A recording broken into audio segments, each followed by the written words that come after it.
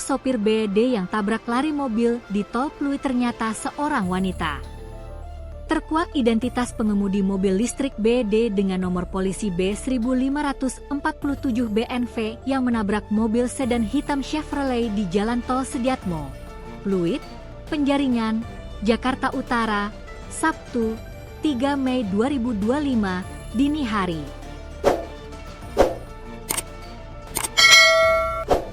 Ternyata, terduga pelaku tabrak lari itu merupakan seorang wanita berinisial I, 41.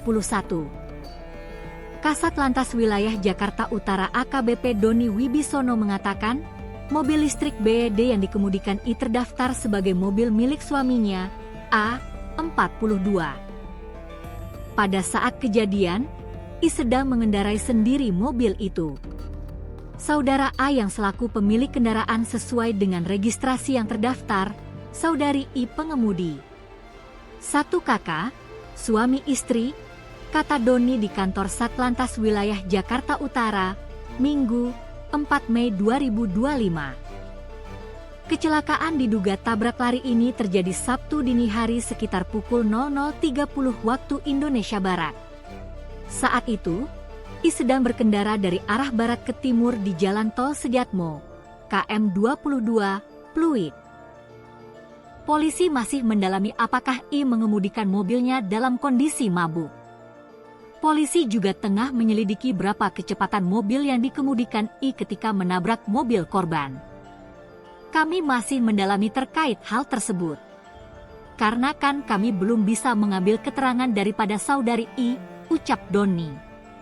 Video viral di media sosial merekam kecelakaan diduga tabrak lari di Jalan Tol Sediatmo. Kecelakaan itu terjadi pada Sabtu dini hari sekitar pukul 00.30 WIB, sehingga menyebabkan seorang bayi berusia 2 bulan menjadi korban. Berdasarkan rekaman video amatir yang merekam detik-detik tabrak lari yang melibatkan pelaku, pengemudi sedan listrik BD bernomor polisi B1547 BNV. Dalam rekaman video amatir milik pengemudi lainnya, terlihat mobil listrik tersebut langsung melaju kencang setelah menabrak mobil korban. Mobil tersebut tiba-tiba menabrak kendaraan di depannya, sedan Chevrolet hitam B1023 CBD yang dikemudikan pria berinisial I yang berkendara bersama istrinya dan anak bayinya yang masih berusia 2 bulan. Pada saat itu, menyebabkan seorang balita yang berusia kurang lebih 2 bulan mengalami luka-luka dan selanjutnya dibawa ke RS Atma Jaya dan dirujuk ke RS Pusat Otak Nasional, PON, ucap Doni. Setelah menabrak mobil Chevrolet itu, I langsung tancap gas meninggalkan lokasi kejadian. Di sisi lain, kendaraan korban mengalami ringsek parah dan bayi 2 bulan yang ada di dalam mobil itu mengalami luka di kepalanya. Kalau dari dashcam yang beredar di medsos yang mungkin beberapa orang sudah melihat, itu memang ada dugaan kendaraan ini meninggalkan TKP, tabrak lari, kata Doni Wibisono.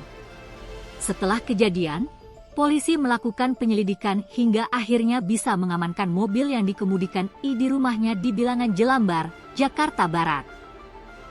Saat ini, polisi masih melakukan pendalaman untuk menentukan apakah ada tersangka di balik kecelakaan ini. Adapun I selaku pengemudi BD masih dirawat di rumah sakit sehingga belum bisa dimintai keterangan.